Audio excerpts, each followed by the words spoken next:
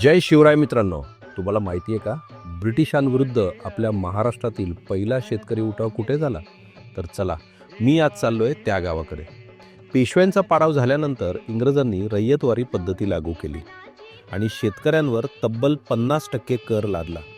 जगण्यासाठी शेतकऱ्यांना सावकारांकडून कर्ज घ्यावी लागली. मारवाडी गुजराती सावकारांनी 30 ते 60% व्याज लावून त्यांची निर्दयी पिळवणूक सुरू केली. घरे, जमिनी सगळं काही लुटलं जाऊ लागलं आणि जे कर्ज फेडू शकले नाहीत त्यांना इंग्रजांनी अटक केली. आणि मग शिरूर तालुक्यातील करडे गावात बंडाची पहिली ठिणगी पेटली.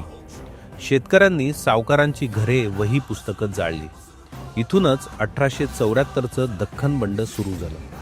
पुढे ते सुपे, पारनेर, इंदापूर आणि साताऱ्यापर्यंत पसरलं. इंग्रजांनी हजारो शेतकऱ्यांना अटक केली, पण शेवटी त्यांनाही झुकावं लागलं आणि डेक्कन ॲग्रिकल्चरिस्ट रिलीफ ॲक्ट 1879 लागू करावा लागला.